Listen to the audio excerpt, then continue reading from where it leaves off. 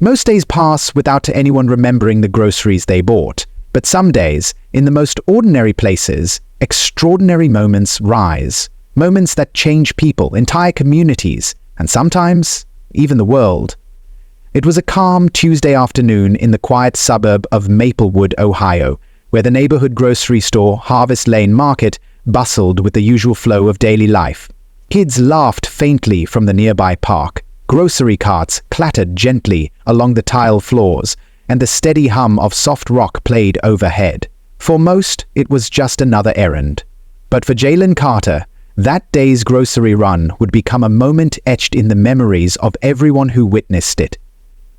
Jalen, 27, stood tall with a laid-back confidence. Clad in a simple black shirt, jeans, and running shoes, he carried a wire shopping basket partially filled with fresh produce, oat milk, and his favorite granola.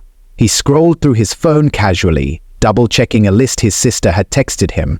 He looked like any other young professional, focused, courteous, and blending into the everyday pace of suburban life. Near the produce section, Eleanor Bryant, a 76-year-old woman with perfectly combed silver hair and a pressed yellow cardigan, leaned over a display of apples.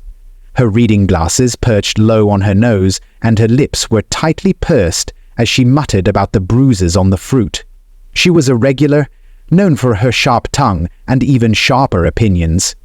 Though most of the staff were used to her quirks, today she would cross a line no one saw coming. As Jalen reached toward a nearby pile of oranges, gently maneuvering his way into the space beside her, Eleanor glanced sideways.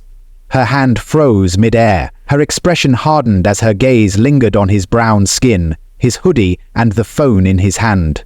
With sudden sharpness, her voice sliced through the ambient noise. "You people don't belong here." Jalen stopped mid-motion. He blinked once, unsure he'd heard her correctly. When he looked up to meet her eyes, she didn't flinch. In fact, she stepped back and repeated herself, louder. "Why don't you go back to Africa where you came from?" The air in the store changed. A silence settled like dust. The mother, who had just been giggling with her child near the bananas, froze. A young man comparing salad dressings dropped the bottle he was holding. Even the background music seemed to dim. Jalen didn't react at first. His fingers still clutched the edge of the basket, his phone screen glowing faintly. His face remained calm, unreadable, his stillness more powerful than any sudden outburst. Nearby, a teenage employee named Luis, who had been arranging bananas, looked up, his eyes wide with confusion and discomfort. A cashier craned her neck to see what had just happened. The store wasn't exactly crowded, but everyone within earshot knew they were witnessing something important. Jalen's brow furrowed slightly, not in anger but in contemplation. His entire posture spoke of restraint, of a quiet storm brewing but not bursting. He stood tall, took a breath, and looked Eleanor square in the eyes. "Ma'am," he said, voice low but steady, "do you even hear what you just said?" His words weren't confrontational. They were patient, reflective. Eleanor huffed, crossing her arms. "I said what I said. This is my country. People like you shouldn't be here." She said it with conviction. She expected him to argue, to yell, or walk away defeated. But none of that happened. Jalen slowly placed his basket on the ground. His voice didn't rise. If anything, it softened. "You said I should go back to Africa," he repeated, as if giving her a second chance to hear herself. "Do you think that makes you more American than me?" Eleanor scoffed, shaking her head. "You're not from here. You never will be." It was the kind of sentence that didn't just hurt, it tried to erase, to dismiss a person's history, their place, their roots. Jalen nodded slightly. "Okay," he said, "let's talk about that." And just like that, he took control of the entire room. "My name is Jalen Carter," he said. "I was born right here in Ohio. My parents? Born in Detroit and Memphis. My grandmother taught English in Alabama for 35 years. My grandfather was a bricklayer who helped build schools, hospitals, and even the fire station down on Pine Street." He took a step forward, not threatening, but commanding. "My great-grandfather," He served in the 761st Tank Battalion during World War II. You know what that means? He fought overseas while being treated like a second-class citizen at home. He risked his life for a flag that wouldn't let him sit at a diner counter next to people who looked like you. The weight of history fell hard. A young woman near the dairy aisle gasped, her mouth slightly agape. The man with grey hair took off his hat slowly. People weren't just listening, they were learning, Jalen continued, his voice unwavering. You say, I don't belong here. But I come from people who built this country brick by brick, from people who endured hatred and still raised families with dignity. I pay taxes. I volunteer at the local shelter. I coach a youth basketball team on weekends. And yes, I vote. I'm not going anywhere. Eleanor's mouth opened slightly, but no words came out. Her cheeks were flushed. Her hands clutched the apple bag like it was a lifeline. Still, Jalen wasn't finished. I'm not telling you this to get applause, he said, looking around the store. I'm telling you because silence allows ignorance to grow. If we don't speak up, things like this become normal. The silence that followed wasn't uncomfortable anymore. It was reflective. Jalen bent down, picked up his basket, and nodded once more to Eleanor. Have a good day, ma'am, he said softly, and with that he turned, heading toward the next aisle, not in retreat, but with the quiet dignity of someone who had just led a masterclass in grace under fire. Around him no one said a word for a few long moments. Then a slow clap started, hesitant at first, from a man in a denim jacket near the bakery, then another, then more. In a place where people usually just came for cereal and fruit, something deeper had happened. Something human, something real. The clapping faded, but its echo lingered. The scene in the grocery store had shifted. Subtly, powerfully. People returned to their shopping carts and shelves, but something in the air had changed. A truth had been spoken, and everyone felt it. Jalen moved quietly through the next aisle, not looking for recognition, not basking in the moment. He simply wanted to finish his list and go home. Yet, in aisle 6, a woman stopped him. Her name tag read Clara, assistant manager. She was in her 40s, with a soft voice and kind eyes. I saw what happened, she said gently, her hands clasped in front of her. That was incredible. Jalen gave a modest shrug. I wasn't trying to make a scene. You didn't, Clara replied. You made a stand. There's a difference. Behind them, a few other shoppers nodded, making subtle eye contact, respectful but cautious.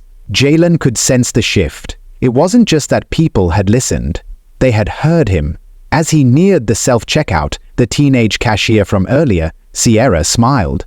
That was brave, she said, scanning his oat milk. Not a lot of people could have handled it the way you did. I just didn't want hate to go unanswered, Jalen replied. That kind of silence, it spreads. Sierra nodded. Well, it didn't today. Jalen swiped his card, took his bag, and nodded in thanks. As he stepped out into the warm Ohio sun, the world outside looked the same, but for him, and many inside, it felt different. That evening, across town, Eleanor Bryant sat at her kitchen table, staring at a steaming cup of tea she had. The events at the store played in her mind on a loop. Not just Jalen's words, but the silence that followed, the lack of agreement, the absence of support. She had spent decades certain of her beliefs, entrenched in ideas passed down like family heirlooms. But that certainty had cracked, and in that crack, doubt seeped in. She thought of her own granddaughter, Maggie, who had recently started college in Chicago. What would Maggie think of what happened today? Eleanor had always been proud of being firm, outspoken, but now she wasn't sure what she had been standing for. In her living room, the TV played a muted news segment. She didn't watch. She just sat there, alone, the grocery bag untouched at her feet. Meanwhile, at Jalen's small rental house across town, the kitchen smelled like roasted vegetables and garlic. Jalen sat at the table across from his father, Walter Carter, a retired mechanic with broad shoulders and tired eyes. Jalen shared what happened in the store while Walter listened quietly, his expression unreadable. You didn't lose your cool? Walter finally asked, raising an eyebrow.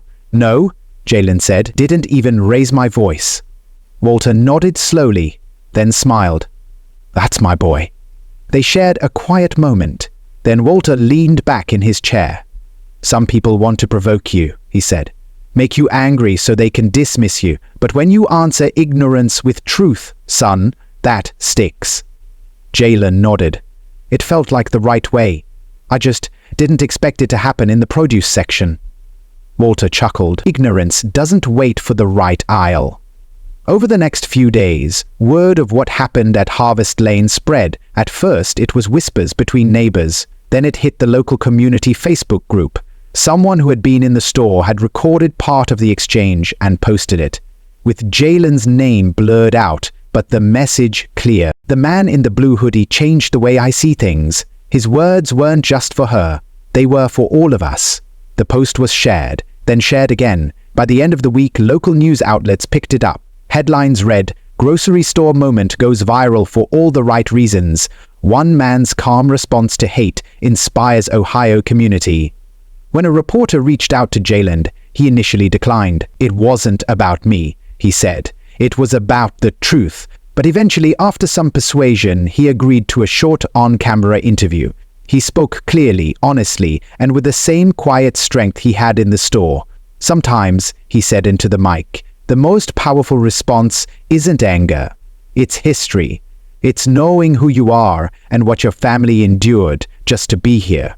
At Harvest Lane Market, the management took action. Clara, the assistant manager, brought in a diversity trainer for the team. They reviewed policies, hosted open conversations, and introduced a simple sign near the front entrance. "Every voice is welcome.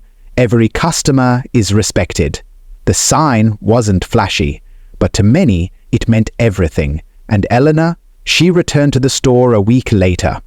It was a slow Tuesday again, nearly the same time of day. Her steps were hesitant this time, not because of age, but uncertainty. When she walked in, she didn't head straight for the apples. She stood near the floral section, as if waiting for someone. Jalen wasn't there. Instead, Clara spotted her and gently approached. Eleanor looked up, cheeks flushed. "I wanted to ask," she said, voice faltering, "the young man who was here last week. Do you know his name?" Clara didn't answer right away. Then, kindly, she said, "His name's Jalen, but he didn't ask for attention." "I know," Eleanor whispered. I wanted to apologize." Clara nodded slowly. "Then I hope you get that chance." That chance came days later. Jalen was in the cereal aisle when Eleanor turned the corner with her cart. She froze when she saw him. He looked up. Their eyes met. For a long moment, nothing was said. Then, with surprising grace, Eleanor approached. "I don't expect you to forgive me," she began, "but I need you to know I've been thinking a lot about what I said, about why I said it, and how wrong I was." Jalen looked at her calmly, letting her speak.